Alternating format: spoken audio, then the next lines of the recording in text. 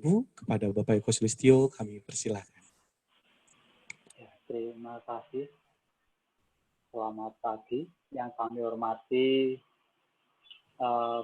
para pejabat dan panitia penyelenggara mini seminar ataupun open class Korpu Talk Series kali ini. Yang kami hormati Ibu narasumber, Ibu Sambas, dan Bapak Ibu peserta yang berbahagia. Selamat pagi. Assalamualaikum warahmatullahi wabarakatuh. Salam sejahtera bagi kita sekalian. Tadi sekilas saya sudah lihat jumlah peserta kurang lebih 60 orang gitu ya. Kalau kita lihat dari sisi geografis cukup mewakili gitu ya. Ada yang dari ujung barat Indonesia, dari Pulau Sumatera, khususnya Pulau dari Aceh. Kemudian ada yang perwakilan dari Kalimantan dan ada yang dari Sulawesi juga, jadi cukup cukup luas gitu ya.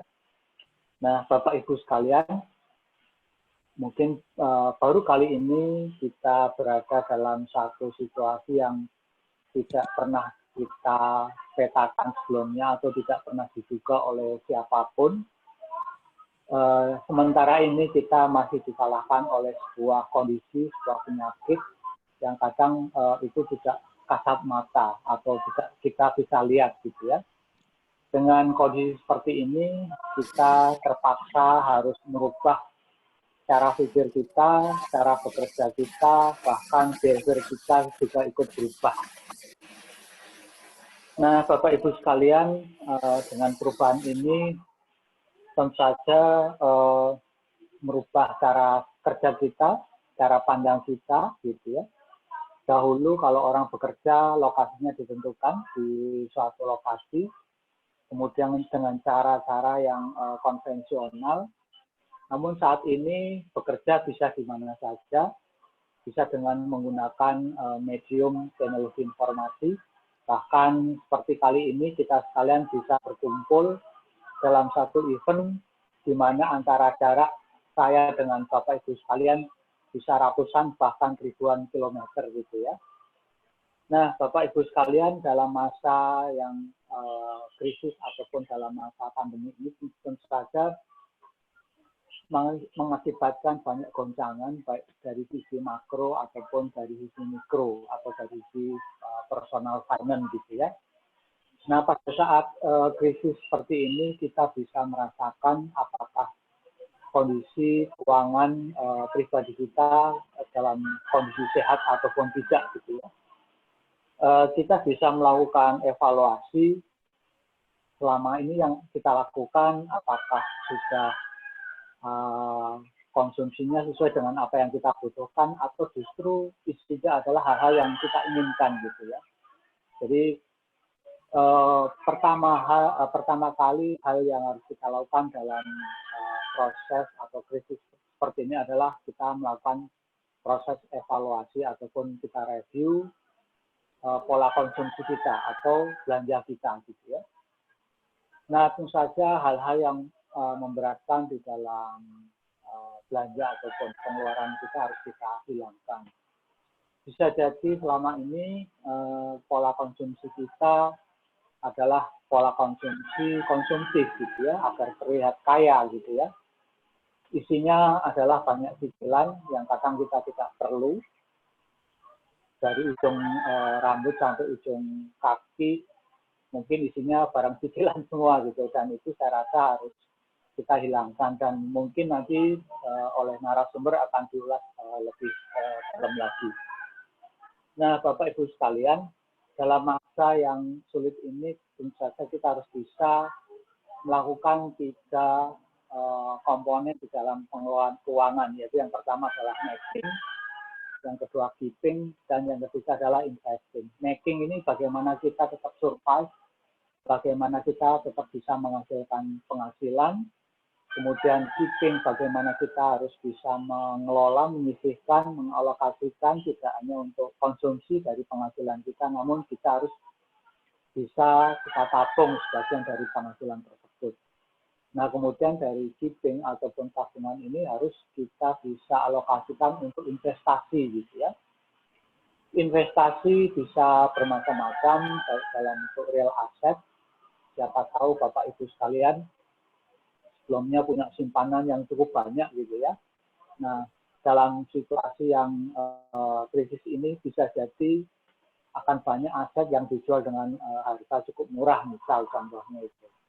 Kemudian investasi selain real asset juga mungkin Bapak Ibu sekalian bisa menginvestasikan di pasar uang gitu ya, bisa menaruh uang di deposito ataupun di dalam obligasi pemerintah dalam bentuk obligasi retail ataupun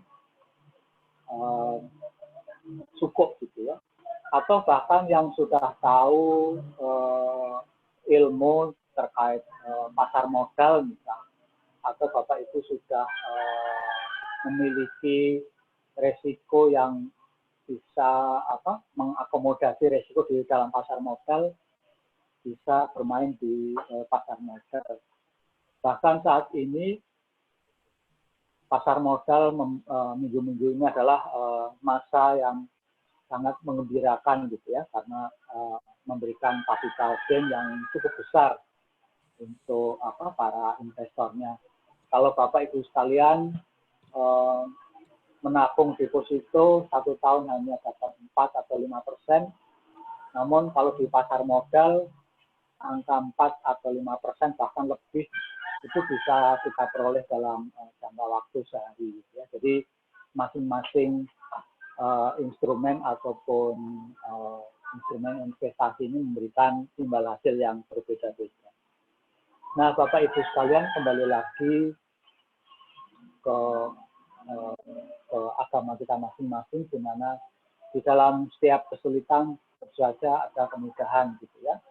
Nah, manusia ini sebenarnya sudah diberikan Tuhan satu kemampuan yang luar biasa, yaitu adalah kemampuan untuk beradaptasi gitu ya. Bahkan yang menjadikan kita tetap eksis adalah karena kita bisa menyesuaikan dengan segala kondisi yang kita hadapi. Nah, Bapak Ibu sekalian, tanpa berpanjang kata, mari kita sambut cara pandang baru, cara hidup baru, dengan mengadopsi new normal gitu ya. Itu menjadi hal-hal yang baru di dalam cara kita berpikir, bekerja, ataupun di dalam mengelola keuangan kita. Mudah-mudahan sambutan dari saya cukup sekian, dan waktu kami kembalikan ke MC. Terima kasih. Wassalamualaikum warahmatullahi wabarakatuh. Waalaikumsalam warahmatullahi wabarakatuh. Baik, terima kasih pada Bapak Kepala Balai, Bapak Eko Sulistyo. Bapak Ibu, dalam pelaksanakan Kemenq Talk Series pada hari ini, saya tidak sendirian Bapak Ibu. Saya akan didampingi oleh seorang moderator. Beliau saat ini menjabat sebagai Kepala Seksi. Beliau menamatkan pendidikan S1 dan S2-nya pada Universitas Katolik Parahyangan dan merupakan Mojang Bandung asli. Ibu Rini Rodiah, atau selama pelaksanaan Kemenq Talk Series pada hari ini, beliau akan bernama Mbak Mode. Bapak Ibu, mari kita sambut Mbak Mode. Selamat pagi, Mas MC ya. Mas MC. Mas MC, kita nggak salaman. Iya, karena kita nggak salaman. Sesuai peraturan harus physical distancing. Betul. Oke. Gimana kabarnya nih Mbak Mode selama pelaksanaan WFH ya? Sebenarnya kita hari ini masih WFH ya Mbak Mode ya? Cuma Betul. Khusus momen untuk Bapak Ibu semuanya lah. Betul. Kita langsung bergegas ke kantor, mempersiapkan segala sesuatu. Kita juga ada teknisi ya. Betul. Ada tim teknisi yang membantu kita. Pokoknya untuk Bapak Ibu semuanya lah, kita akan melaksanakan seluruh pengorbanan buat Baidikat Keuangan Cimahi. Okay. Gimana Mbak Mode hari ini nih? Alhamdulillah sehat. Seperti tadi disampaikan oleh Mas MC, ini sebetulnya kita mencetak sejarah untuk pertama kalinya. Betul. Balai Diklat Keuangan Cimahi untuk pertama kalinya mengadakan Kemenq Corpo Talk, betul ya? Betul. Oke. Jadi nanti mudah-mudahan kedepannya ada seri selanjutnya, dan kita harapkan partisipasi dari Bapak Ibu sekalian. Seri selanjutnya itu kita bisa lihat di mana? Bisa lihat di Instagram BDK Cimahi, @BDK Cimahi. Wow. Oke. Oke, jadi hari ini Hari ini kita akan membahas tentang uang. wah, Uang itu memang masalah yang paling sensitif sebetulnya. Mau sedang kondisi biasa atau kondisi pandemi, tentu menjadi hal yang sangat sensitif. Karena kondisi pandemi ini, tentu saja banyak yang terdampak pada kondisi keuangannya. Mungkin beberapa dari Bapak dan Ibu mengalami hal tersebut. Bisnisnya keuntungannya menurun, atau mungkin ada yang WFH tapi gajinya hanya 70%. Gitu. Jadi kita sama-sama sedang dalam kondisi yang sulit. Mudah-mudahan harapannya setelah mengikuti Kemenq Corpo Talks ini, Bapak dan Ibu mendapatkan pencerahan untuk Amin. bisa melalui masa sulitnya. Amin. Oke. Sebelum kita mulai, izinkan saya untuk mengenalkan narasumber, karena saya di sini hanya memandu saja, Mas MC. Jadi nanti saya juga di sini sama-sama sedang belajar. Nanti saya mungkin akan membantu meneruskan pertanyaan Bapak dan Ibu kepada narasumber. Di tengah-tengah kita juga sudah hadir narasumbernya. Wanita kelahiran Sambas 47 tahun yang lalu ini memulai karir pada tahun 1994 menjadi aparatur sipil negara di Direktorat Jenderal Bea dan Cukai. Kecintaannya terhadap pendidikan membuat beliau mengambil satu keputusan besar untuk menanggalkan seragam biru yang telah dikenakannya selama 20 tahun untuk mengabdi di Badan Pendidikan dan Pelatihan Keuangan sebagai Widya Iswara Madya. Meraih gelar magister di Setialan Bandung pada tahun 2017, ibu 3 orang putra dan putri ini juga memiliki hobi menulis. Sudah banyak buku yang dilahirkan oleh beliau, antara lain Barangkali Semesta Sedang Bercanda, Sekilau Permata, Kata Ibu Wanita Harus, Kutemukan Bahagia Setelah Hari Itu, Melangitkan Asa, dan nanti ada buku juga yang akan segera rilis, yaitu Menyelami Jejak Cinta Pertama. Selain hobi menulis, beliau juga senang mendalami pengetahuan terkait perencanaan keuangan dan investasi.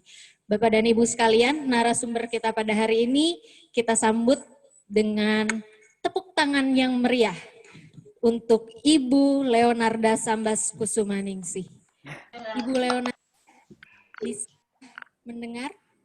Ya, siap Mbak Mode. Saya bisa dengar suaranya jelas. Jadi terharu nih dibacain CV-nya. Oke. Bu, hari ini kita akan ngobrol-ngobrol nih, Bu. Ngobrol-ngobrolnya tentang keuangan. Kita semua di sini termasuk saya pribadi sedang merasakan kondisi di mana ini kita lagi ngadepin pandemi. Belum tahu kapan mau berakhir.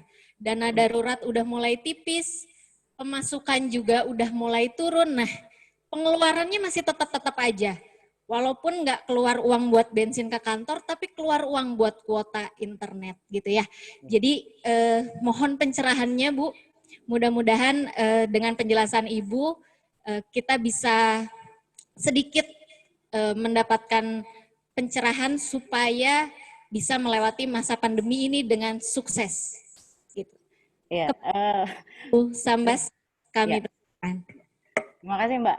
Ya pada dasarnya kita semua juga masih lagi pada belajar ya gitu. Jadi tapi setidaknya kita punya keyakinan bahwa kita bisa melalui ini kalau ada syarat dan ketentuannya bisa kita lewati dengan baik. Kalau gitu kita langsung mulai aja ya. Izinkan saya share screen. Mohon izin dulu, Bapak Ibu. Nah, walaupun pada awalnya acara ini mau saya fokuskan kepada single parent awalnya, tapi ya nggak apa-apa, kita bicara keuangan secara global gitu ya. Awalnya saya hanya berpikir yang paling terdampak adalah single parent. Ternyata memang semua terdampak dan kita semua ingin belajar bersama gitu ya. Jadi langsung saja. Nah, tapi kita harus punya dulu, kita sepaham dulu bahwa ada kalimat yang mengatakan uang itu bukan segalanya, gitu. Tapi pada akhirnya segalanya butuh uang. Jadi ini mengajarkan pada kita supaya kita tidak di penjara atau kita tidak dikekang oleh uang gitu. Kita tidak diperdaya oleh uang, tapi kita bisa mengelola keuangan kita ini dengan baik. Kita harus paham dulu, aku nggak butuh uang. Nggak ada orang di dunia ini yang nggak butuh uang, walaupun sedikit pasti tetap butuh uang, karena kita yakinin bahwa mengeluarkan apapun pasti butuh uang gitu ya. Kemudian, nah dengan kondisi wabah yang kita alami bersama yang sedang melanda seluruh dunia, pandemi ini mengakibatkan apa sih? Keuangan kita berantakan mungkin. Apa yang terjadi dengan keuangan kita? Mungkin tadi sudah dikatakan oleh Mbak Mode, kita yang WFH mungkin nggak ada biaya transport, tapi ada satu hal lagi yang kita butuh. Apa misalnya? Kuota menambah, anak-anak belajar di rumah, dia butuh kuota juga. Dan satu lagi yang mungkin karena kita pegangan handphone terus, kita jadi banyak belanja.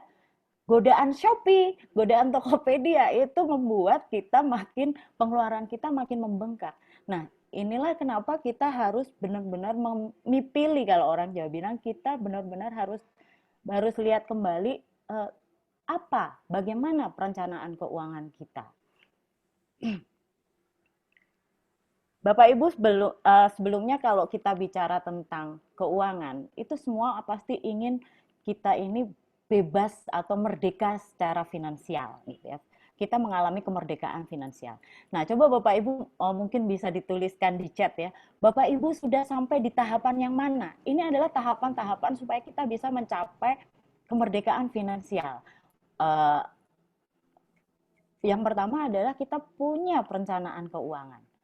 Ya, punya perencanaan keuangan. Artinya uang yang kita peroleh harus bisa kita kelola dengan baik dan kita gunakan untuk dikeluarkan dengan baik pula gitu. Nah, tahap kedua, kalau itu kita sudah kelola, kita harus pikirkan juga ketika kita masih memiliki hutang, maka konsumsi kita, kebutuhan konsumsi kita untuk tadi yang disampaikan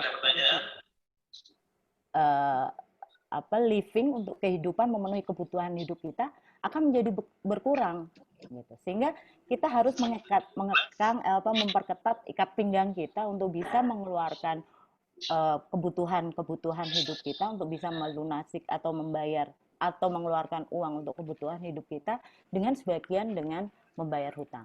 Nah, di beberapa pertanyaan ketika Bapak Ibu mendaftar, ada yang menanyakan berapa pos yang ideal. Nanti kita akan bahas lebih lanjut. Tapi kalau kita udah sampai di tahap kedua, gitu ya. Nah, kita berpikir lagi, bagaimana dengan dana darurat kita? Apa ada? Apa masih ada? Masih utuh? Atau sudah berkurang karena pandemi? Misalnya karena pandemi ini kita jadi jobless. Dana darurat yang sedianya kita gunakan untuk biaya pendidikan anak sekolah, nanti misalnya kita gunakan dulu nih untuk pengeluaran. Nah, aman nggak nih dana darurat? Nah, kemudian ketika dana darurat sudah terkumpul, kita mulai berpikir bagaimana nih kalau uang kita simpan aja, kita pasti kena inflasi nih. Ya, sehingga ketika kita nanti butuhkan 5 tahun ke depan, 10 tahun ke depan, bisa jadi dana yang kita siapkan ini nilainya sudah berkurang. Jadi Bapak Ibu sudah harus memulai investasi. Tapi tidak bisa Bapak Ibu ketika saya sudah hapus utang, tapi saya mau memulai investasi. Nah, ini kita harus selesaikan dulu satu-satu. Nggak bisa kaki satu kita di tahap kedua, kemudian kaki satunya lagi kita ada di tahap kelima. Semua tahapan ini harus kita lalui dengan fondasi pertama adalah bagaimana kita merencanakan keuangan kita. Gitu ya. Nah, untuk itu, ya. Bu Sambas. Ya, gimana ini Mbak Moda? Kita coba sambil membaca beberapa komen ya Bu ya di live. Oke, baik. Ini ada beberapa yang masih di tahap 1 katanya Bu. Kemudian ada yang juga di tahap 3, di tahap 4. yang ingin saya tanyakan, Bu. Kalau misalnya, Bu, dana kita terbatas, saat dana kita terbatas, mana yang harus kita dahulukan? Menghapus hutang atau menyiapkan dana darurat? Kalau kita dalam kondisi yang Kalau nggak kamu makan sendiri nih. kita dalam kondisi yang ini ya, yang krusial kayak sekarang nih, ya. Betul. Mau kita hapus dulu utang apa siapkan dana darurat? Nah, dana darurat itu kita bisa isi lagi. Nah, kita lihat dulu hutang kita ini berapa persen, Pak, dari kebutuhan kita. Nanti di belakang, di slide belakang saya udah keluarkan. Rata-rata kita dalam kondisi ini, untuk cara mudahnya, kita buat pos itu untuk kebutuhan hidup, untuk living, itu paling enggak kita sediakan dana 50% dari penghasilan kita. Sehingga kalau misalnya hutang kita besarannya 30%, berarti untuk hidup kita tinggal 25% nih. Menghapus hutang itu akan mempermudah kita dalam mengeluarkan untuk menutup kebutuhan kita. Jadi yang mana dulu nih? Kalau kata saya, kalau sebaiknya adalah tutup dulu hutangnya, kita baru mulai lagi isi dana darurat. Siapkan lagi dana darurat. Tapi jangan dihabiskan kalau bisa. Karena apa? Dana darurat ini kan disediakan untuk kondisi-kondisi yang benar-benar darurat. Kita nggak tahu, misalnya suatu saat pas dana darurat tinggal setengah, terus tahu-tahu si pencari nafkah, amit-amit ya, itu misalnya terjadi suatu risiko tertentu yang mengakibatkan dia tidak bisa bekerja lagi. Nah, dana darurat ini kita siapkan, kita gunakan untuk itu. Sehingga ketika kita sudah hapus hutang, dana darurat itu harus bisa segera kita isi lagi. Itu kira-kira Mbak model. Oke. Pertanyaan selanjutnya, Bu. Saya penasaran nih. Berapa sih dana darurat yang harus kita siapkan? Nah, dana darurat yang harus disiapkan. Kalau single, nggak punya beban keluarga, nggak punya anak, 4 kali dari pengeluaran kita. Jadi tadi di awal saya sempat lupa sih menjelaskan. Kita harus bisa memilih atau kita bisa menjabarkan pengeluaran kita ini apa aja secara detail. Kadang-kadang uang parkir, tapi kalau kita selalu belanja terus ngeluarin uang parkir yang 3.000, 5.000 itu bisa jadi banyak, bengkak. Gitu. Atau misalnya saya punya, misalnya kita berkendaraan melalui tol, bolak-balik kita lewat, itu pengeluaran kita berapa? Itu harus betul-betul kita jabarkan. Jadi cara pertama adalah kita tulis semua pengeluaran kita secara rinci. Nah, balik lagi, besarnya dana darurat berapa? Kalau single 4 kali, kemudian berkeluarga 6 kali, kemudian anaknya 1, 9 kali, anak 2 atau lebih 12 kali dari pengeluaran rutin bapak-bapak ibu-ibu. Ya, jadi terus kalau saya membiayai orang tua 12 kali itu minimal, 4 kali itu minimal. Boleh nggak saya lebihkan? Boleh, silahkan. Tapi tidak semuanya nanti kita simpan di dalam bentuk uang cash. Kita bisa mulai masukkan ke ke instrumen investasi yang ada. Sehingga ketika kita butuhkan, kita bisa menggunakan dana darurat tadi. Oke. Ada lagi, Mbak? Dana daruratnya tadi untuk single 4 kali, untuk menikah 6 kali, untuk anak 1 minimal 9 kali, yang punya anak 2 minimal 12 kali. Ya.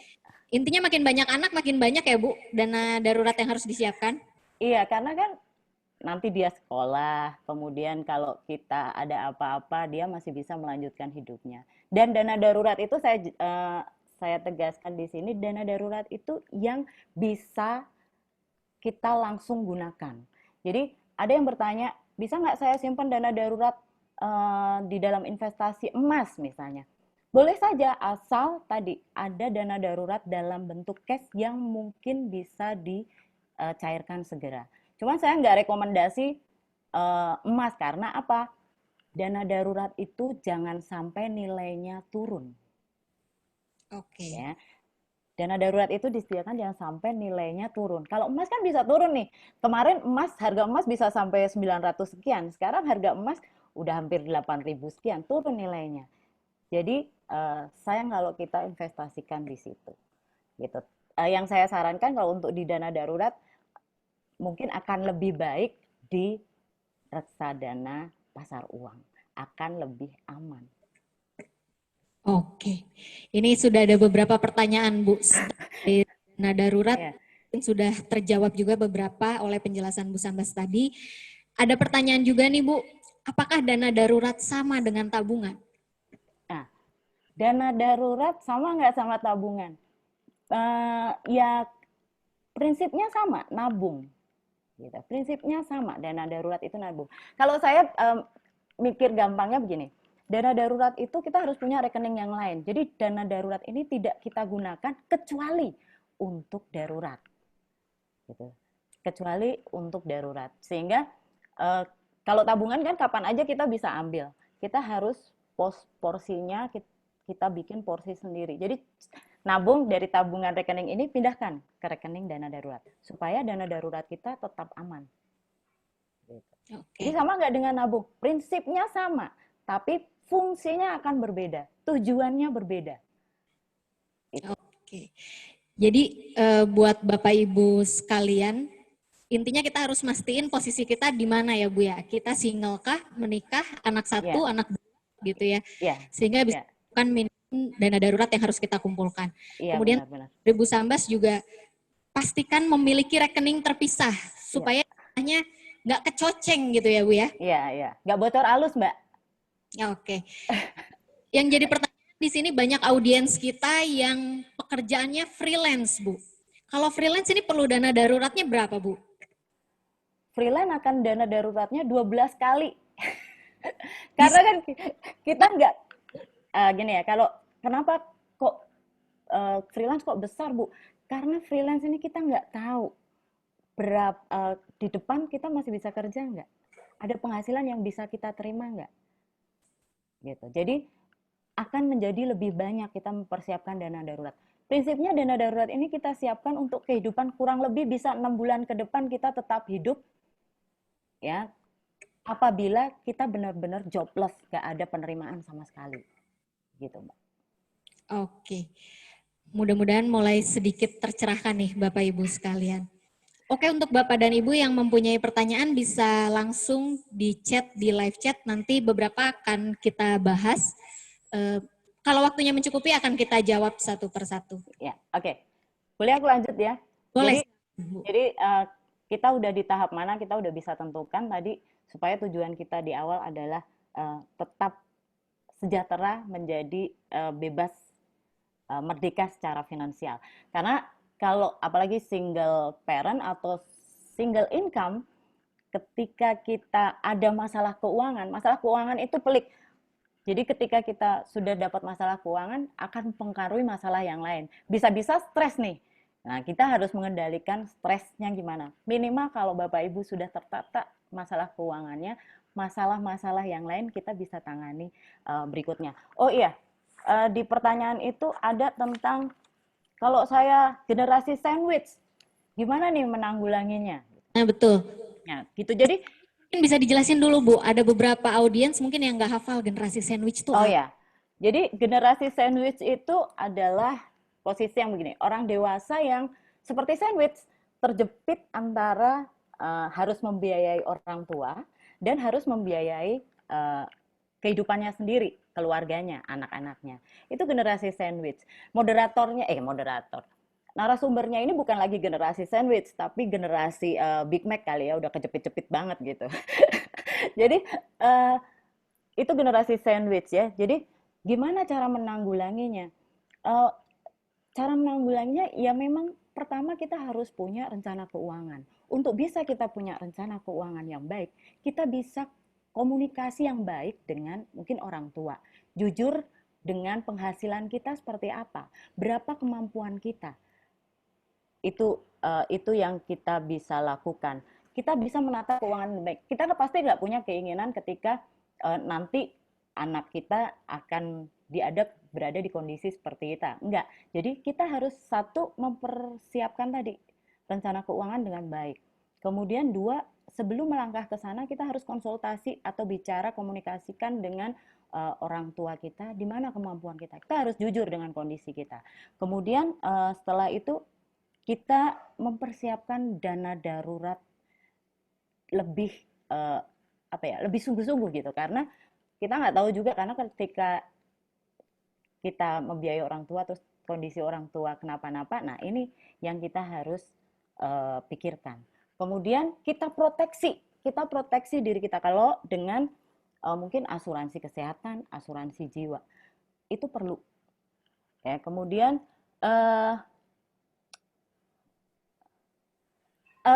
hati-hati dengan utang, gitu ya. Berhati-hati dengan utang. Dalam kondisi kita sekarang ini nih, SMS banyak masuk nih di handphone kita. Pinjaman cair dalam berapa menit.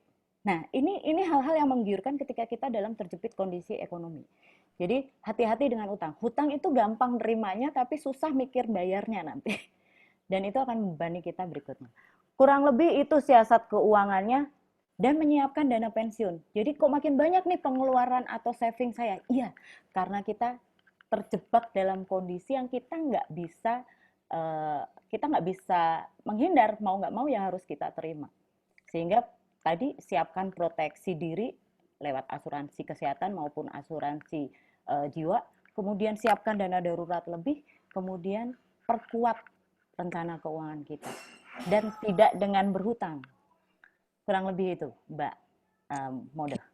Bu, Ya. tadi sudah sedikit-sedikit menyinggung terkait proteksi atau asuransi. Sebetulnya Bu, lebih penting mana antara menyiapkan dana darurat terlebih dahulu atau menyiapkan asuransi sebagai proteksi terlebih dahulu? Sama-sama penting ya, Mbak. Soalnya proteksi itu kan kalau kita ibaratkan di sini, kalau kita bilang rumah, asuransi itu payungnya, gitu. Asuransi itu atapnya. Sehingga kalau kita berdiri rumah nggak ada payungnya, nggak ada atapnya, nggak ada yang menjagain kita, ya ambiar juga semua gitu. Jadi sama-sama harus berjalan dengan bersama. Gitu. Tapi ingat, kembali lagi di pos-pos pengeluaran kita nanti, kita lihat berapa persen yang kita mampu untuk proteksi. Itu payung. Jadi semua perlu. Gitu. Oke. Semua perlu, jadi nggak bisa ya Bu ya, saya mau dana darurat dulu, asuransinya nanti gitu. Kalau uangnya cukup mungkin porsinya bisa dibagi-bagi ya Bu? Ya, porsinya harus dibagi-bagi. Karena kalau kita nggak punya asuransi sama sekali, bahaya. Karena misalnya kita sebagai sebagai pengelola keuangan sendiri nih di rumah, kemudian kita single income, terus terjadi apa-apa, kita nggak punya asuransi, itu akan sulit. Apalagi kalau kita misalnya mengcover, misalnya kita kondisi kesehatan kita nggak tercover sama, kalau mungkin teman-teman ada yang dari pegawai negeri mungkin nggak tercover sama BPJS, maka kita bisa gunakan tuh dana darurat sebagian, gitu, di cover dengan asuransinya kurang, kita bisa pakai pergunakan dana darurat. Sehingga ini berjalan bareng, nggak bisa terpisah. Kurang lebih gitu Mbak Moda. Siap Bu, sudah semakin cerah nih Bu. Oke. Saya boleh lanjutkan ya tayangan saya ya. Nah, langkah yang pertama apa? Cek ulang dalam kondisi sekarang ini, cek ulang penghasilan kita yang masih bisa kita terima mana aja. Dari mana aja penghasilan kita. Kemudian apa yang bisa kita hemat dari pengeluaran-pengeluaran kita. Apalagi nanti menyambut ke depan. Kita nggak tahu kondisinya akan makin seperti apa. Kondisi Indonesia seperti apa, keuangan kita seperti apa, kita nggak tahu. Jadi kita mesti berhemat dari pengeluaran-pengeluaran kita. Posnya apa saja di dalam penghasilan. Nah, saya bisa jabarkan kurang lebih begini. Di penghasilan, kalau yang pegawai negeri mungkin ada gaji. Atau mungkin ada kupon dari obligasi yang pernah kita simpan. Kemudian ada properti-properti yang kita sewakan. Untuk properti ini, Bapak Ibu jangan salah ya. Loh, saya punya properti banyak. Misalnya nih, saya punya properti banyak, tanah di mana-mana dan harga nilainya lebih dari dana darurat yang harus saya sediakan. Tapi jangan lupa Bapak Ibu, properti ini tidak mudah untuk dijual, gitu ya. Jadi properti ini kita nggak bisa anggap sebagai cadangan dana darurat. Tapi kita bisa gunakan itu sebagai investasi. Kemudian dari hasil bisnis misalnya, oh saya nggak punya gaji tapi saya punya bisnis. Nah, berapa yang kita terima dari hasil gaji kita? Ada dividen saham mungkin, atau yang freelance work. Misalnya tadi kita suka nulis nih, atau misalnya kita suka nulis, oh kirim tulisan kita, misalnya kita jadi reviewer apa gitu. Kita bisa aja itu menjadi tambahan dari penghasilan kita. Nah, tadi Mbak Mode nyinggung waktu di awal, kalau misalnya dana darurat udah habis, biasanya dalam kondisi yang sulit, orang akan lebih kreatif untuk mencari penghasilan. Apalagi di kondisi sekarang kita ini belajar dari pandemi kemarin, kita dalam kondisi pandemi kemarin, slide saya hilang ya? Muncul nggak, Mbak? Masih tayang, Bu. Oke. Nah, jadi dalam kondisi darurat kemarin itu kita bisa belajar kira-kira kita bisa apa. Misalnya kita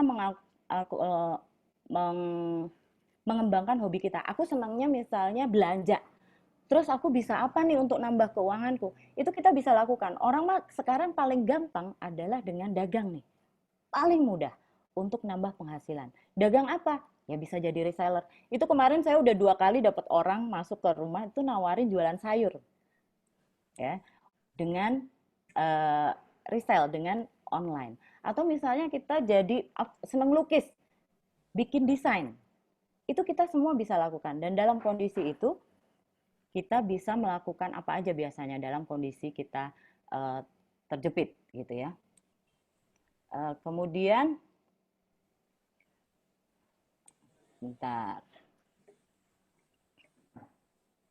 Nah, kemudian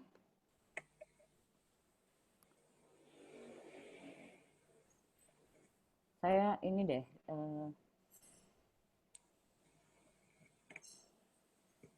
Jadi kalau kondisi lagi kayak gini, orang cenderung menjadi lebih kreatif ya Bu ya untuk menghadapi permasalahan-permasalahannya. Iya, benar. Jadi ketika kita dalam kondisi yang terjepit, biasanya kita kreatif banget tuh untuk bisa ngelakuin atau menambah penghasilan kita. Aku ini dulu deh. Nah, Oke. kemudian Memang benar kata Bu tadi, dagang itu yang paling gampang. Bahkan nggak perlu modal ya. Sekarang kan ada istilahnya sistem dropship ya Bu ya. Kita nggak perlu modal sama sekali. ya Cukup tinggal posting-posting aja tuh. massa gitu ya, menghimpun Iya. pembeli. Lalu kita meneruskannya kepada penjual, terus udah kita dapat untung. Benar-benar nggak perlu modal. Yang penting jago marketing mungkin ya Bu ya kalau jualan tuh. Iya, apalagi kan handphone di tangan nih. Tinggal kita posting ke komunitas kita atau teman-teman kita ya. Ya itu bisa kita lakukan. Sebenarnya bisa kita lakukan. Masalahnya tinggal satu, gengsi apa enggak? Nah, gitu ya. Gengsi ya Bu. Kalau kepepet kayak gini, gengsi nomor sekian. Yang bisa kenyang dulu ya Bu. Ya, benar-benar. Oke. Nah, Oke. berikutnya ya. Nah, ini pos pengeluaran. Tadi saya singgung sebentar. Ini cara yang paling mudah ketika kita bicara bagaimana mengatur pengeluaran. Ya, 50% itu paling tidak kita gunakan untuk living, untuk kehidupan kita, untuk kebutuhan hidup kita. Di situ ada transportasi, beli untuk kebutuhan dapur dan segala macam. Nah, yang saya perlu singgung sedikit, orang itu semua butuh mandi kan, gitu ya. Cuman sabunnya mau pakai sabun batang atau sabun cair. Nah, ini balik nih, ini gaya hidup. Semua orang butuh skincare. Ibu-ibu tentunya cewek nih butuh skincare. Nah, skincare yang macam apa dan bagaimana? Nah, ini balik lagi ini ke gaya hidup. Nah, gitu. Jadi sebenarnya kebutuhan hidup kita ini seperti apa, itu kita yang tahu. Dan ini saya nggak, kita nggak bisa, kamu harusnya pakai ini, enggak. Jadi kebutuhan hidup kita macam-macam, semua orang juga berbeda ketika kita bicara tentang pengelolaan keuangan. Tapi kita bicara bagaimana sih idealnya, apalagi dalam kondisi yang sulit. Nah, misalnya transportasi, alat transportasi. Aku butuh untuk kesana kemari, jadi aku butuh kendaraan. Balik lagi, ketika kita membeli kendaraan, itu ada pengeluaran-pengeluaran yang nanti mengikuti. Misalnya bensin, servis, parkir, tol. Nah, itu adalah pengeluaran-pengeluaran yang mengikuti. Dan itu kita harus rinci juga di dalam pengeluaran kita. Sehingga pertanyaannya, betul butuh atau tidak? Gitu. Kemudian 30% kita gunakan untuk Servis. Nah, tadi kok apa Mbak? Jangan sampai berarti mampu beli mobil tapi nggak mampu buat servisnya gitu ya Bu? Nah, benar. Jadi mampu beli mobil tapi servisnya bingung gitu. Karena kerusakan kendaraan kan nanti berakibat lagi kepada pengeluaran kita. Ini kita harus pikirin dalam-dalam. Kemudian yang 30% nih, untuk apa? Untuk nabung. Nah, tabungan itu seperti apa? Ya tadi bisa kita split jadi ke premi asuransi, ke investasi, ke dana darurat, atau misalnya punya tujuan lain, 2 tahun lagi ke depan saya mau liburan misalnya. Kita bisa masukkan ke pos saving. Kita masukkan ke pos nabung gitu. Jadi nggak mengganggu pengeluaran-pengeluaran yang lain. Jadi kalau tadi balik lagi, dana darurat digunakan untuk kondisi darurat. Misalnya nih, tadi sudah dijelaskan hilang pekerjaan, kemudian mobil taunya harus ganti atau kendaraannya harus ganti. Nah, itu kita bisa gunakan sementara dana darurat. Terus sebelum habis kita harus jok lagi tuh dana darurat karena kita nggak tahu apa yang akan terjadi di belakang kita itu seperti apa. Gitu. Kemudian yang 20%, wah masa kita ketatit tingkat pinggang terus nih, kita nggak gaya-gayaan. Nah ini bisa kita gunakan sisihkan 20%. Misalnya aku nggak suka nonton, ya udah budget untuk nonton kita alihkan kemana? Mau ke investasi atau mau ke nabung, mau ke nambah ke dana darurat, silakan. Atau buat nambah kebutuhan hidup. Kalau saran saya sih bagusnya untuk saving. Atau misalnya yang PNS pada bulan-bulan tertentu dapat THR nih. Nah, kita harus bisa nih. Jangan semuanya digunakan terus habis, terus kita bingung. Tapi kita pikirkan lagi, investasi kita gimana? Dana darurat kita masih cukup nggak? Kita pikirkan itu. Yang 20 itu untuk ya seneng-seneng lah kalau yang masih ini beli boba gitu atau apa ya, jajan, beli sepatu yang model-model atau baju yang model-model itu kita bisa gunakan untuk style gitu. Oke. Dana hura-hura ya Bu ya? Iya benar, dana hura-hura. Oke. Ya, lanjutnya nih. Nah, buat ngadepin, jadi kalau sudah kita bicara tadi, untuk ngadepin new normal ini gimana? Atur prioritas. Atur prioritas. Mana pengeluaran rumah tangga yang rutin, yang betul-betul kita perlu, wajib, nggak bisa ditunda, nggak bisa tidak dilakukan. Misalnya apa, kebutuhan dapur, nggak bisa nih, masa kita nggak makan. Ya, itu nggak bisa dikurangi atau dihilangkan, tapi wajib.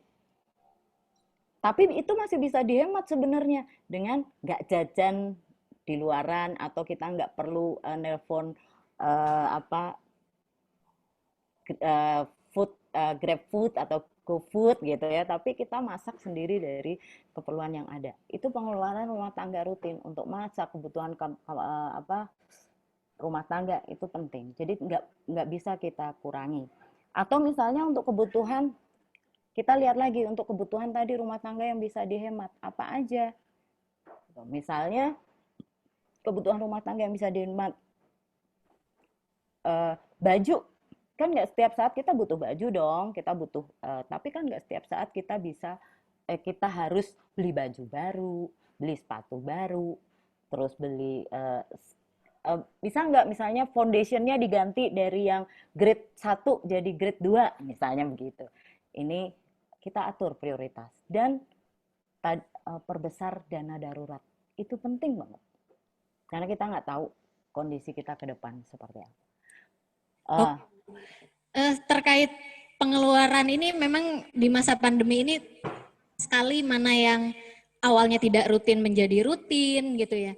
Yang awalnya rutin menjadi tidak rutin. Contoh tadi misalnya kayak make up. Sejak Ya. kayaknya kebutuhan make up berkurang ya Bu ya. Ya, benar.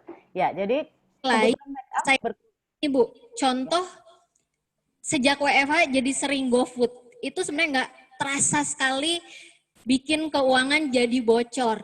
Belinya sih dikit-dikit, beli boba 25.000, besoknya beli pizza 30.000 apa 40.000. Tapi begitu terus sehingga akhirnya mungkin mengganggu keuangan. Gimana nih Bu, mensiasatinya supaya menekan keinginan untuk selalu berbelanja online atau misalnya GoFood? Ya itu tadi aku bilang Mbak, itu bocor halus gitu. Karena tangan kita megang handphone terus nih, terus wah barangnya bagus. Apalagi misalnya kita suka tergiur nih sama bebas ongkir. Mau belanja cireng misalnya 15.000 tapi ongkirnya 15.000 bisa free kalau Anda belanja 50.000. Terpaksa deh belanja 60.000. Ini bocor halus.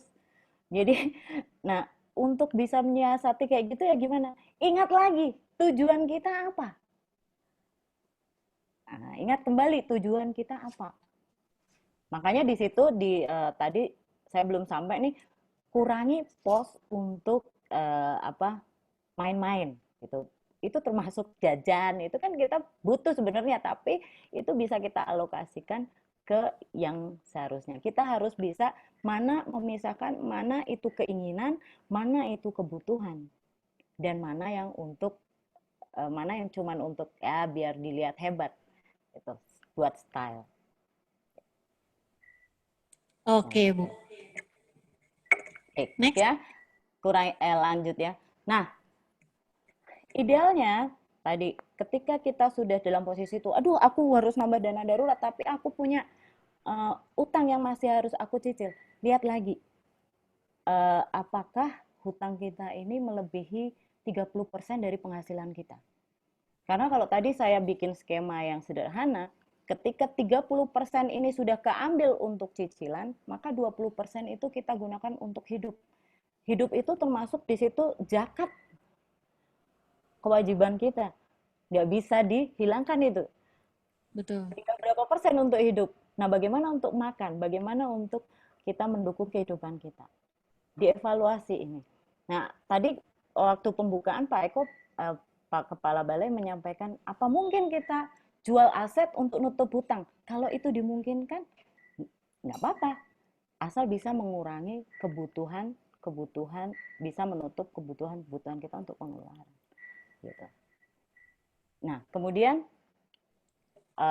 dari semua itu tadi, yang perlu kita garis bawahi stabilo, ya hurufnya besar-besar adalah kita perlu menambah tabungan. Untuk apa? Kebutuhan masa depan yang terlihat. Tabungan itu kebutuhan masa depan yang terlihat. Misalnya, saya mau investasi untuk pendidikan. Dana pendidikan itu nggak bisa diinvestasikan. Karena kita udah tahu nih, berapa tahun lagi, misalnya anak kita masuk sekolah. Tujuannya apa? Untuk pendidikan anak, sekolah. Anaknya untuk kuliah misalnya. Anaknya umur berapa? Masih 2 tahun. Nah, ini tabungan ini bisa nih kita masukkan ke dalam instrumen investasi. Tapi kalau misalnya 2 tahun lagi anak saya masuk sekolah, terus kita masukkan ke investasi, ya Anda bisa rugi bandar ya. Gitu ya. Jadi kita harus mengutamakan tabungan, kemudian kita bisa berinvestasi, menyisihkan penghasilan untuk nambah aset misalnya, yang bisa, syukur-syukur kalau aset yang kita masukkan itu bisa ngasih passive income ke kita. Dan proteksi. Ini 3 hal utama yang harus dilakukan supaya kita bisa mencapai tujuan finansial kita. Ya. Nah, gimana Mbak? Kayaknya Mbak Mode mau ngomong nih. Jadi ada 3 hal yang harus diperhatikan ya Bu, tabungan, investasi, dan proteksi. Iya. Balik nih Bu, di masa pandemi seperti ini, gaji WFH terimanya cuma 70% misalnya. Bisnis yang biasanya omsetnya sampai 10 juta, hanya misalnya 3 juta.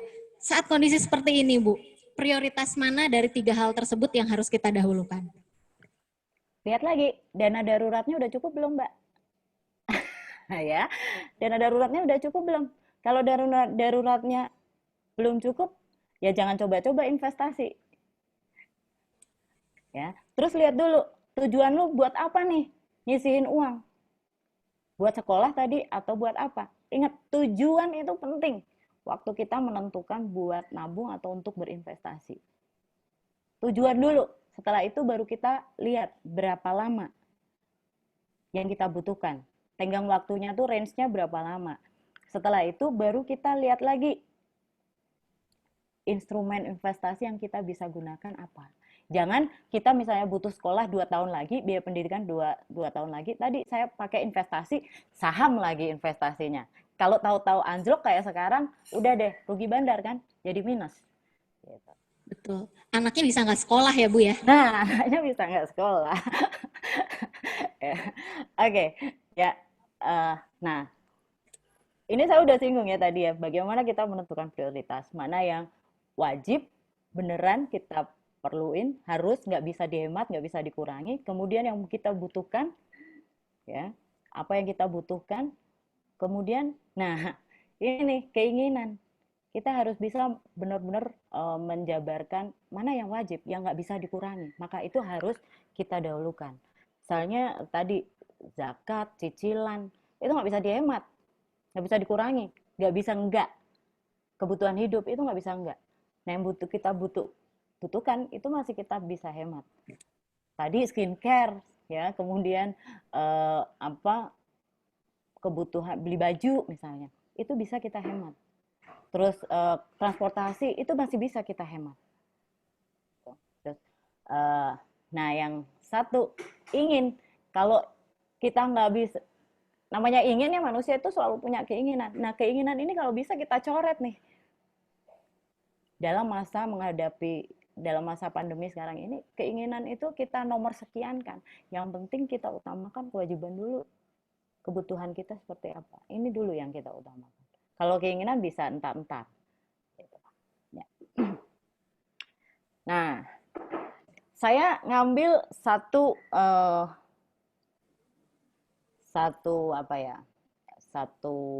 kata-kata yang baik nih dari Benjamin Franklin. Ya, hati-hati dengan pengeluaran kecil karena keretakan kecil dapat menenggelamkan kapal besar. Tadi jangan sering-sering jajan online nih. Bocor-bocor halus itu bisa jadi merusak tujuan kita, keinginan kita, atau kebutuhan kita, atau mimpi kita, atau tujuan awal kita untuk menjadi merdeka dalam hal finansial. Kurang lebih itu kali. Oke, aduh. Ini quote yang terakhirnya nendang saya banget nih, Bu Sambes. Jadi, saya menangkap hal yang penting pada hari ini adalah pentingnya kita memisahkan kebutuhan dana-dana tertentu atau pos-pos tertentu dalam berbagai rekening. Iya nggak, Bu? Iya, benar. Iya. Selesai ikut ini, saya kepikiran, Bu. Tadi kan ada pembagian porsi 50, 30, 20. Saya nanti mau rekening yang isinya khusus untuk hura-hura gitu ya. Jadi supaya kalau habis, saya nggak ngambil pos yang lain. Gitu, karena cenderung orang, aduh kena biaya administrasi nih kalau buka rekening lagi. Udah deh punya satu rekening aja. Akhirnya numplek di situ, dana darurat di situ, dana hura-hura di situ, buat sekolah anak di situ, buat kebutuhan rutin juga di situ. Gitu. Sehingga mungkin dana daruratnya kepake buat hura-hura. Gitu ya, Bu ya? Iya, bener.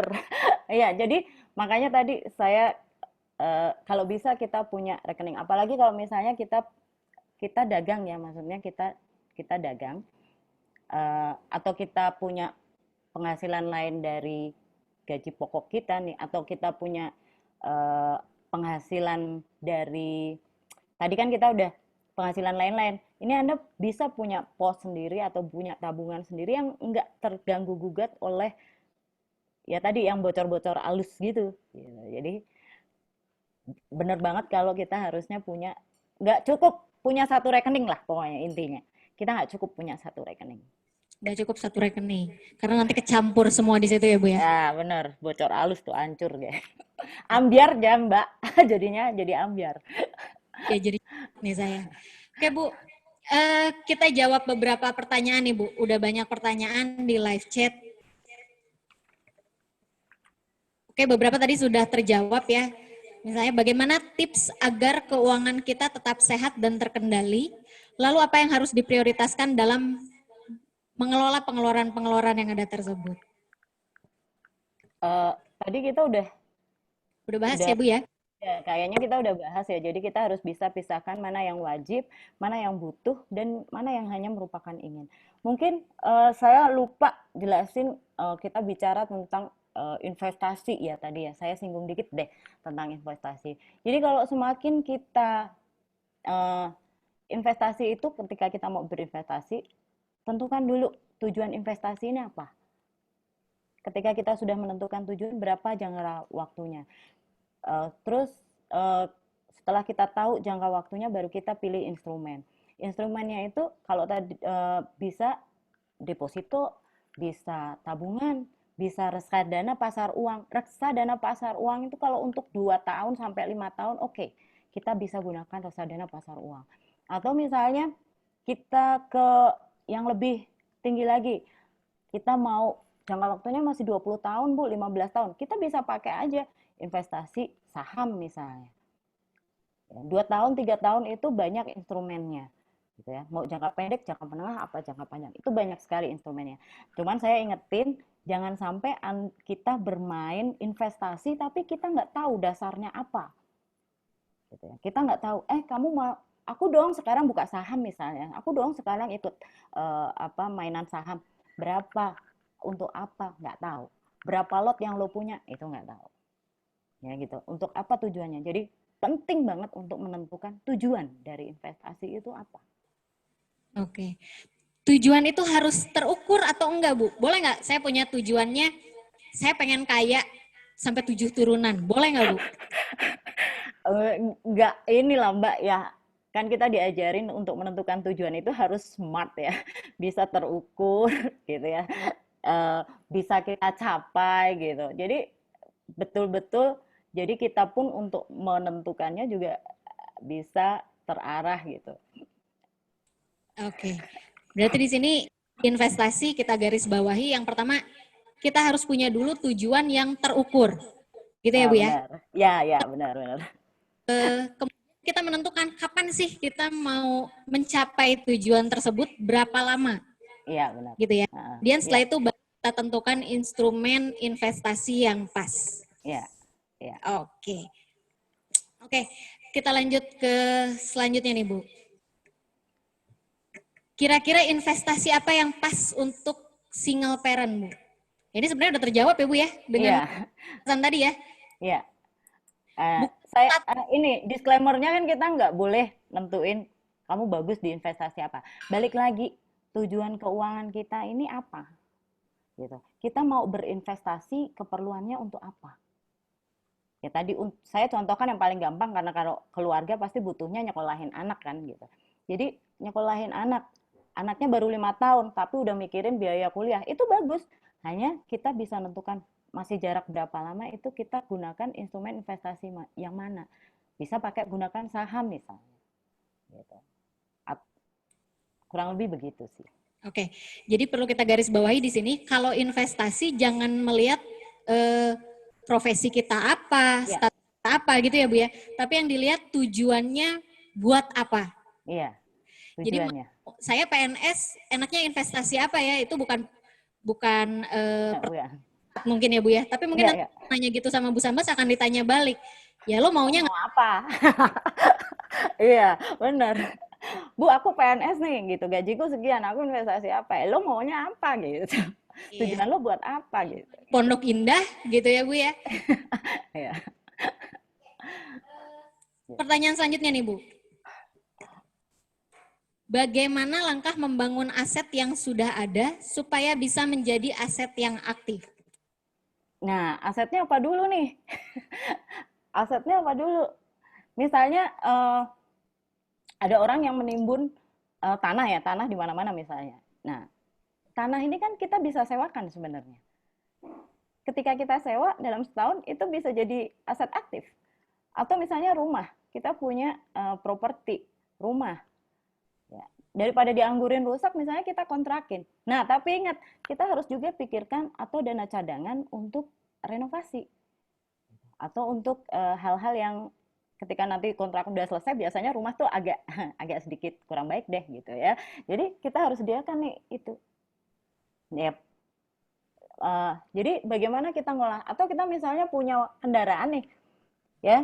Jadi dulu ada ini contoh nih ya, ada teman saya mobilnya bagus banget gitu ya, tapi dia terjepit kondisi keuangan sehingga dia nggak punya penghasilan, penghasilannya minus. Jadi mobil bagusnya itu dia gunakan untuk dagang di misal kayak Car Free Day gitu, dia gunakan untuk dagang, dia buka bagasi, itu aset juga kita bisa gunakan, semua kita bisa gunakan. Apalagi kalau properti ya itu tadi Mas, kalau kita diemin aja itu nggak menghasilkan apa-apa buat kita. Ya walaupun nilainya naik, hanya kan kita butuh untuk ada tambahan nih. Sewain aja, misalnya tanah kosong ya kita bisa sewakan. Oke. Kurang lebih gitulah. Oke. Bu, aset aktif itu apa aja sih, Bu? Gimana? Aset aktif, misalnya rumah buat kontrakan atau kos, kayak gitu ya. Itu aktif. Aset yang bisa menghasilkan penghasilan buat kita. Itu aja. Oke, berarti kalau misalnya kita punya surat berharga itu bisa dikategorikan sebagai aset aktif ya, Bu ya? Bisa kan dijual ya? Oh ya, Iya. ya. Oke. Ya. Idealnya besaran dana darurat ini juga tadi sudah terjawab ya, Bu? Ya, 4 kali kalau Anda single, nggak punya beban apapun, 6 kali ketika kita sudah berkeluarga, kemudian 9 kali ketika kita punya 1 anak, di atas 2, 3, 4, 5, 6 seterusnya, minimal 12. Minimal 12. Ini langsung ada yang komen, aduh anak saya 4, berarti apa dana darurat yang disiapkan? Nah, itu dari pengeluaran rutin kita ya, 16 kali atau 12 kali dari pengeluaran rutin kita. Oke, dari pengeluaran rutin kita per bulan ya, Bu ya? Iya, iya. Selanjutnya, nih, jika utangnya buat KPR, Bu, gitu. Nah, Apakah itu harus segera diselesaikan? Karena tadi kan di awal sempat dibahas, beresin utang gitu ya. Nah, terus kalau utangnya buat KPR gimana, Bu? Kan lama tuh biasanya. ya. Nah, ini yang udah terlanjur terjebak hutang nih, hutang KPR. Ya, bisa nggak, maksudnya, apakah KPR-nya ini atau yang kita KPR-kan ini kita gunakan atau enggak? Gitu ya. Kalau enggak, kita bisa kelola untuk menghasilkan atau untuk jadi aset aktif, gitu ya. Setidaknya itu masih punya penghasilan. Itu bisa mendatangkan uang buat kita gitu ya. Mendatangkan penghasilan buat kita. Nah, terus kalau KPR nih, kalau dibayar pasti penalti. Nah, gitu. Sebanyak apa nih? Udah kondisi keuangan kita kalau untuk ngelunasin. Kalau nggak bisa, kita nggak harus maksa untuk lunasin hutang, apalagi hutang KPR ya, gitu ya. Karena pasti penaltinya gede tuh kalau dilunasin. Nah, kalau misalnya terpaksa harus ada utang, tadi kan saya ada waktu di pengeluaran 50, 30, 20 itu, ya kalau misalnya nggak bisa dihilangkan, ya nggak apa-apa. Berarti kita harus berhemat untuk pengeluaran yang lain. Gitu. Yang nggak disarankan banget adalah hutang konsumtif. Kalau hutang KPR nilainya bisa naik loh, ya nilai yang kita KPR sekarang ini nilainya bisa naik. Tidak dipaksa harus lunas kalau kondisi keuangan kita nggak mampu. Makanya ada yang nggak bisa kita kurangi sehingga kita bisa ngurangin yang lain. Jadi jangan belanja bulanan pakai duit hasil ngutang, gitu ya Bu ya?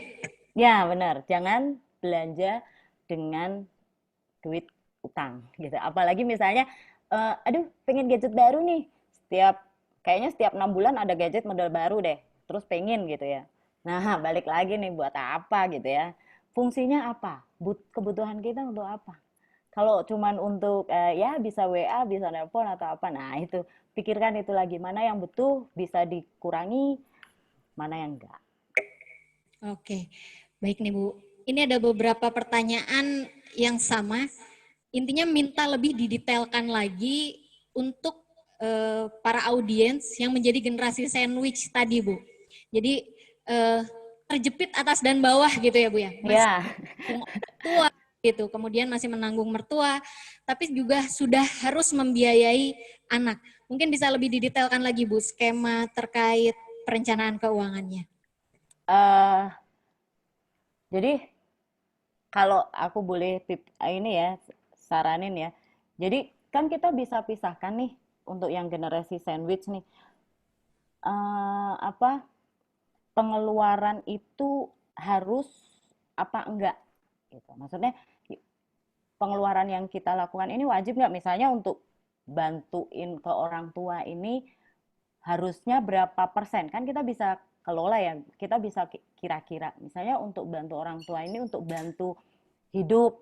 Misalnya orang tua yang tadi terjepit tuh orang tua nggak ada penghasilan sama sekali.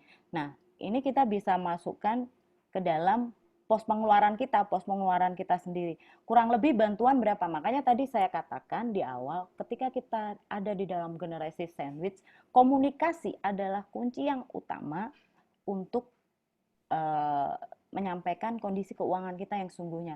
Misalnya, saya hanya bisa bantu 5-10%, ya itu nggak masalah, gitu ya. Itu yang harus dikomunikasikan. Saya rasa juga orang tua kita nih bisa ngerti, tapi itu wajib, ya 5-10% misalnya, ya itu wajib kita masukkan lagi ke dalam kolom pengeluaran kita.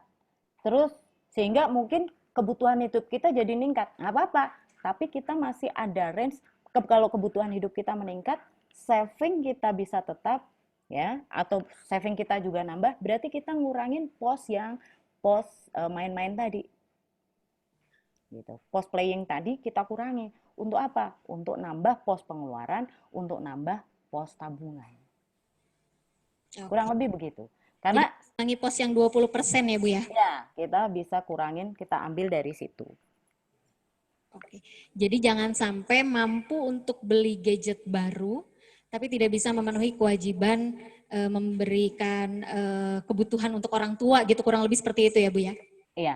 Nah, sehingga kenapa sih tadi saya katakan tetap harus saving, karena pasti kita nggak ingin generasi kita berikutnya juga ada pada generasi yang sama gitu ya, ada pada posisi yang sama, sehingga kita harus betul-betul siapkan dana pensiun gitu. Jadi nabungnya akan besar, lebih besar, pos tabungan akan lebih besar, pos pengeluaran akan lebih besar, sehingga kita ngirit bener yang 20% ini kita split ke dua jenis pengeluaran tadi. Oke, menarik tadi statement Ibu. Kita sebetulnya harus memutus ya Bu ya, generasi sandwich itu. Minimal kita yang jadi audiens di sini, jangan sampai saat nanti kita tua, kita membebani anak kita. Sehingga perlu mempunyai perencanaan keuangan yang matang, sehingga mempunyai kemandirian finansial. Kurang lebih seperti itu Bu Sambas. Iya. Oke, kita lanjut ke pertanyaan selanjutnya Bu.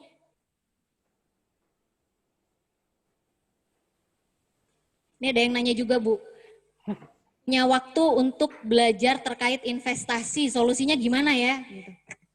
Gimana Mbak? Nggak punya waktu untuk belajar investasi, solusinya seperti apa?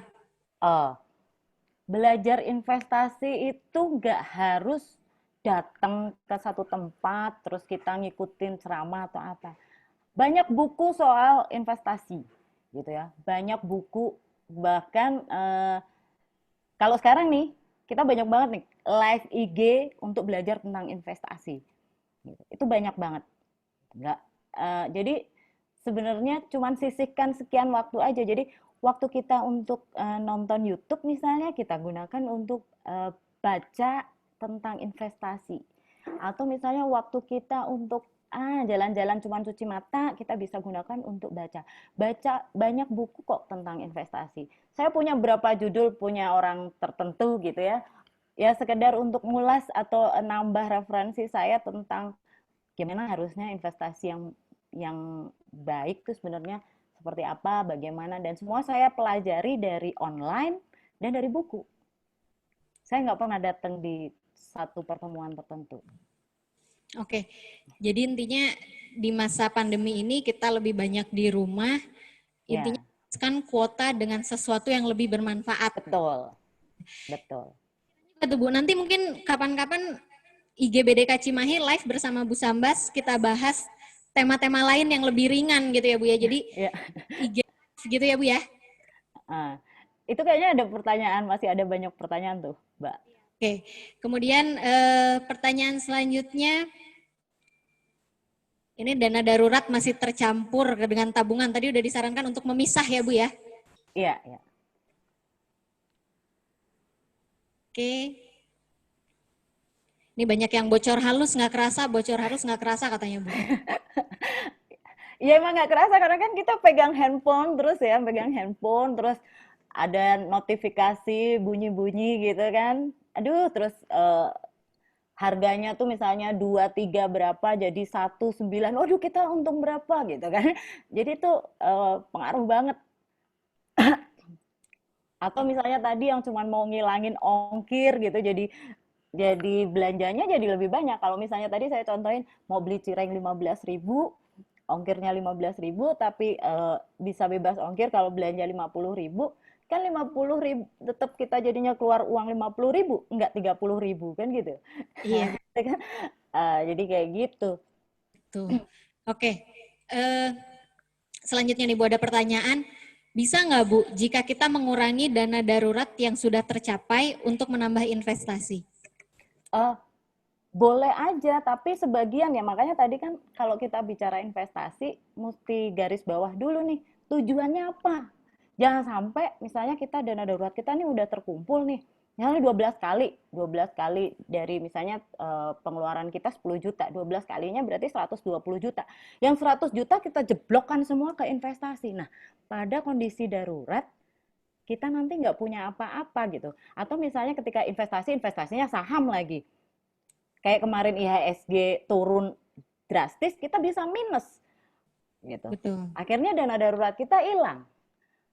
Gitu. Jadi betul harus tujuannya apa dulu yang kita kalau mau investasi tujuannya dulu apa. Nah, dana darurat tadi sudah saya jelaskan untuk benar-benar mengcover dan yang mudah dicairkan. Yang mudah. Betul. Dan nilainya nggak boleh turun. Iya.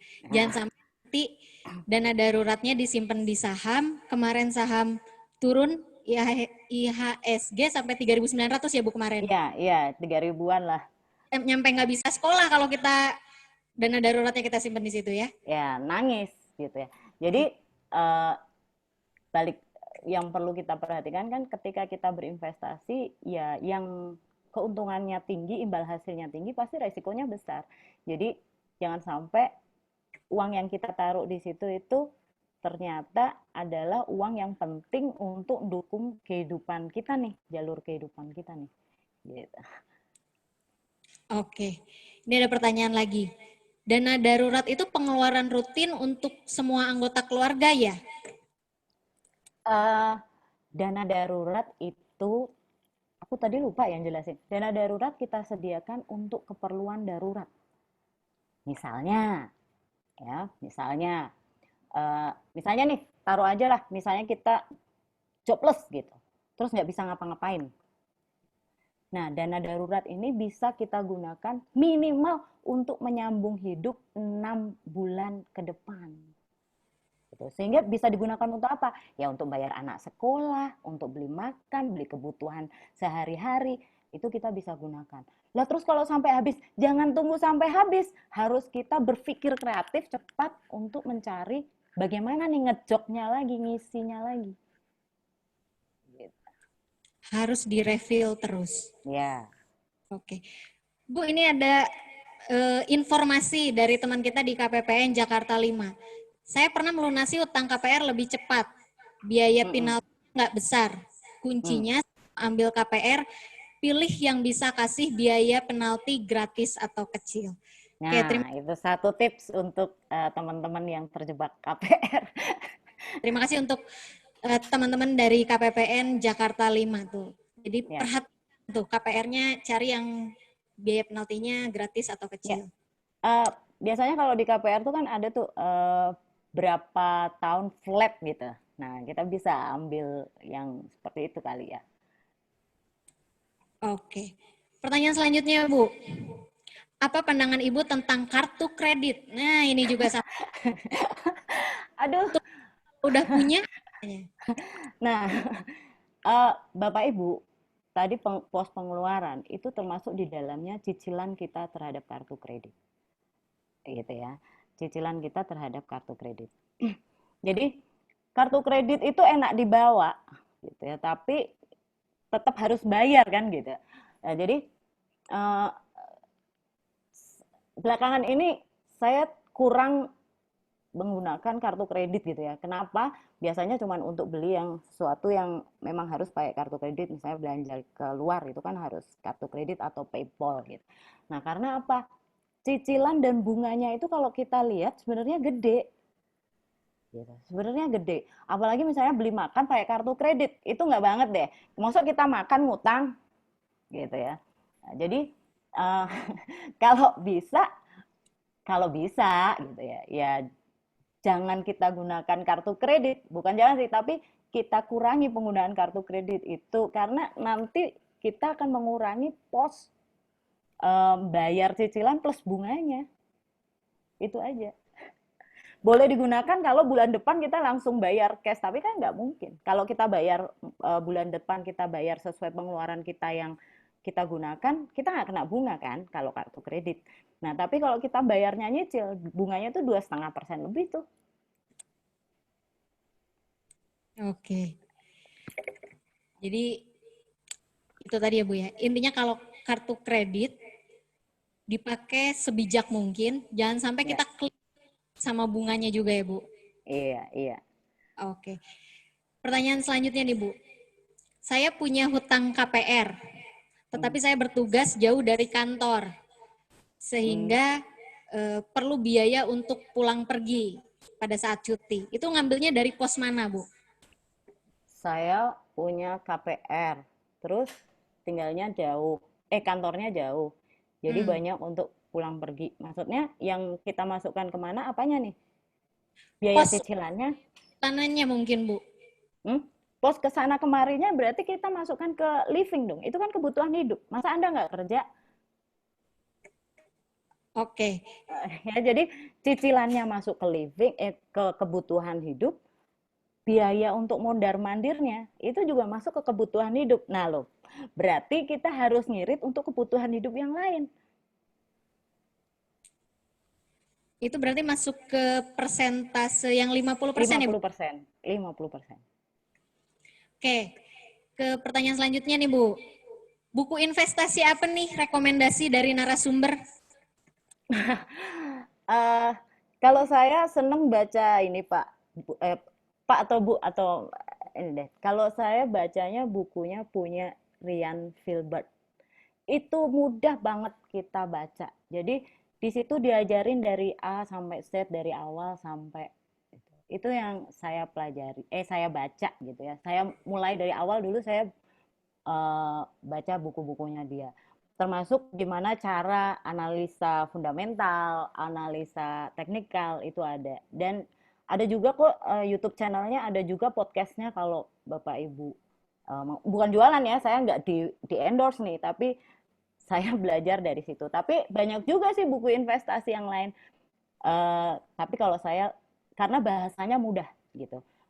Beliau itu nulisnya di bukunya itu bahasanya sangat mudah. Dan kita diajari dari awal, start awal seperti apa itu ada. Oke. Mudah-mudahan nanti di acara selanjutnya kita bisa bahas investasi ya, Bu ya? Ya. Tergantung PDK Cimahi nih. Pertanyaan selanjutnya nih, Bu. Bagi yang single parent tapi punya tanggungan, bagaimana bijaknya untuk penyelesaiannya? Single parent tapi punya tanggungan, maksudnya kredit Kayaknya gitu semua ya? ya Bu ya?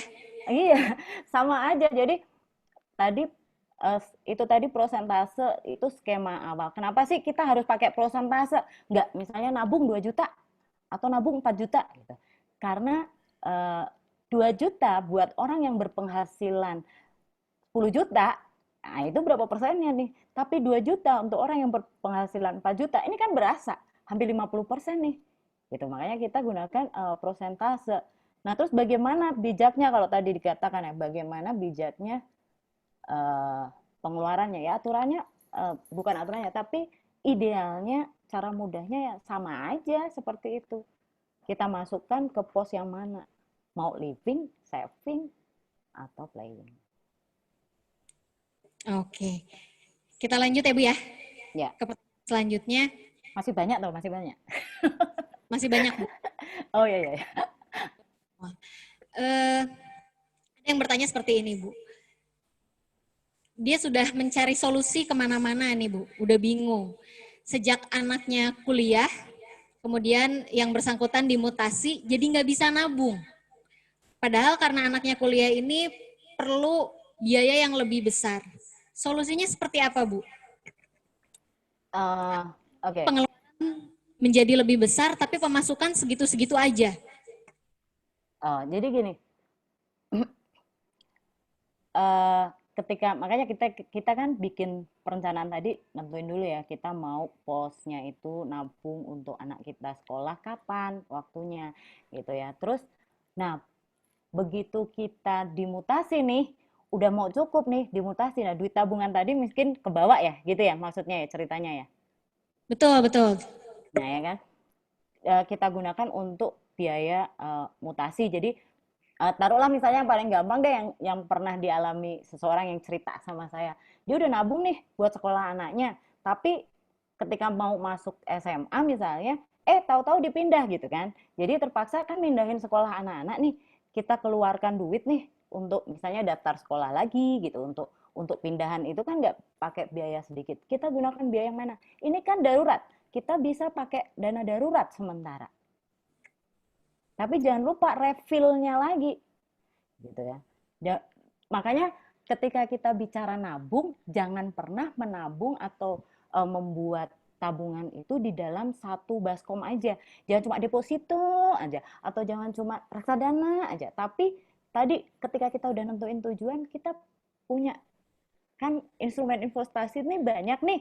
Nah, kita sebar kemana-mana supaya kalau dalam kondisi seperti ini kita bisa masih ada napas untuk kebutuhan kita dan nge-refill dana darurat kita tadi. Gitu ya kali ya maksudnya Mbak?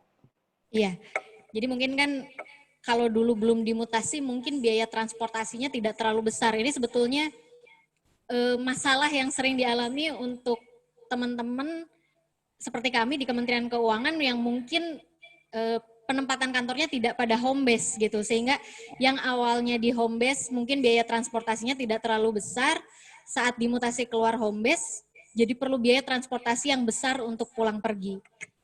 Iya, ini aja sedikit, ketika kita udah bikin perencanaan keuangan, minimal kita selalu evaluasi, paling minimal itu 1 kali dalam setahun tuh kita harus evaluasi. Evaluasinya aset kita udah nambah apa nih? Nah gitu ya. Terus atau pengeluaran kita ternyata lebih besar di mana? Atau ketika kemarin kita bicara era pandemi ini. Dari Januari sampai Februari kita fine-fine aja paling. Januari sampai Maret kita fine-fine aja. Tapi begitu Maret, April, Mei ini sesuatu terjadi. Nah, ini kita segera evaluasi pos pengeluaran mana yang bisa kita tekan dan kita pindahkan, atau pos tabungan mana yang kita bisa olah lagi untuk nutup yang mana, atau kita bisa evaluasi di situ. Setiap kali kita menemukan suatu masalah di dalam perencanaan kita, kita bisa langsung evaluasi sehingga kita punya perencanaan yang baru. Misalnya untuk kita sekarang nih nyambut menyambut new normal nih, kita butuh kebiasaan baru nanti. Mesti beli belanja hand sanitizer lebih banyak ya, belanja masker misalnya, atau eh, belanja yang lain-lain tambah banyak. Nah, ini kita bisa evaluasi dari mulai sekarang. Kemarin di pandemi, pas waktu masa pandemi, kita butuhnya apa aja, kurangnya apa aja. Gitu. Nutup posnya dari mana? Nah, ke depan kita bisa rencanakan lagi. Gitu. Kurang lebih gitu deh, Mbak. Jadi, Oke. kalau pas kita dimutasi, ya emang nambah pengeluaran, berarti harus ada yang dihemat nih. Apa yang dihemat? Keperluannya jalan-jalan dihemat, atau tabungan, aduh nggak jadi deh liburan kemana, nah itu kita bisa gunakan. Jadi saya nggak bilang di sini kita ini ya, kalau kita bicara, karena masing-masing pribadi itu kebutuhannya berbeda, jadi solusi penyelesaiannya akan berbeda. Oke, siap. Jadi Bu, intinya kita benar-benar harus bisa membedakan mana kebutuhan yang wajib tadi ya, Ya, mana yang ya, butuh, mana yang ingin gitu ya Bu ya. ya, ya, ya, Bu, ini ada pertanyaan terakhir sepertinya nih Bu. ya. Apakah ideal menjual aset untuk membayar utang yang penaltinya lumayan besar? Uh, Ideal apa enggak tergantung kondisi keuangannya deh, Pak. Gitu. Jadi kalau misalnya cicilan kita, makanya tadi saya bilang cicilan kita lebih dari 30% penghasilan kita atau enggak? Berpengaruh enggak terhadap kebutuhan wajib kita apa enggak? Kalau enggak berpengaruh, enggak bisa dilunasin, ya enggak masalah gitu ya. Terus apa saya harus jual aset terus untuk bayar hutang itu dengan penalti yang lumayan besar? Ya sama aja buang duit tuh kalau penaltinya besar. Ya nggak apa-apa kalau bisa pertahankan, asal pos-pos tadi uh, masih bisa kita cover. Saya nggak menyarankan misalnya, aduh udah terlanjur terjebak KPR gitu ya. Tidak harus dilunasi semua. Kalau bisa silakan. Tapi kalau tidak bisa, ya memang kita harus perhitungkan hutang kita ini jangan sampai membebani kebutuhan wajib kita. Contohnya gini deh, kemarin kan viral tuh yang kasus apa sih, gaji 20 juta tapi ternyata heboh tuh. Nah, kan kita lihat ketika orang berhutang dengan kondisi penghasilan kita sekarang nih, misalnya saya cukup kok bayar hutang, tapi ingat dana darurat kita cukup nggak, tabungan kita cukup nggak kalau terjadi sesuatu. Nah ketika blek ada pandemi, kita masih bisa nggak bayar kewajiban kita. Makanya tadi di pos-pos yang pengeluaran saya jelaskan di situ ada cicilan, cicilan itu wajib. Ketika kita nggak bisa melunasi hutang kita, ya nggak apa-apa, itu dibiarin, tapi itu jadi pos kewajiban sepanjang itu tidak membebani pengeluaran rutin kita. Dan kita sudah pertimbangkan pos-pos nabung, misalnya dana darurat kita itu sudah ada. Oke. Ini ada pertanyaan tiba-tiba muncul, Bu. Saya belum menikah tetapi minta solusi. Jika saya akan menikah, apakah bisa diambil dari dana darurat? Sedangkan rumah saya di Jawa dan saya bekerja di Sumatera, otomatis sering pulang pergi untuk ngurusin persiapan nikah. Minta solusinya. Aduh, siap-siap ya. Kirim undangan ke BDK Cimahi nih. Ya, bisa. Kita ya. Jadi bisa nggak kita ngambil dari dana darurat? Kan kita udah tahu kan waktu bikin perencanaan apa sih yang ada ke depan, 5 tahun ke depan, apa yang kita inginkan 10 tahun ke depan. Itu kan kita bisa udah pilah-pilah.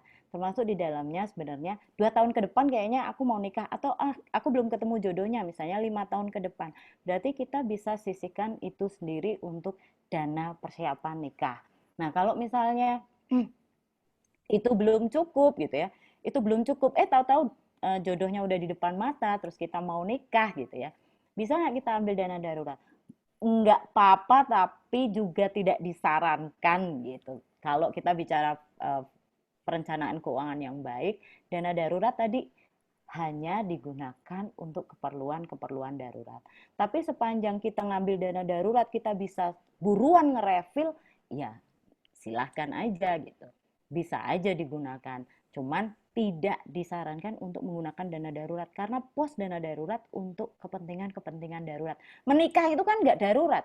Menikah itu kelihatan kok, saya mau nikah nih ke depan. Terus saya mau mikirin habis menikah pasti mikirin nanti punya anak sekolah, anak SD, anak SMP, anak SMA. Itu bisa kelihatan kan dari kacamata perencanaan. Gitu. Jadi intinya boleh pinjem dana darurat Ya. itu sebentar, tapi cepet-cepet diganti gitu ya Bu ya. Karena mungkin kalau nunggu uangnya kekumpul Bu, calon istrinya takut keburu dipinang yang lain. Jadi boleh dan Ya. Keburu insaf. ya nanti diganti.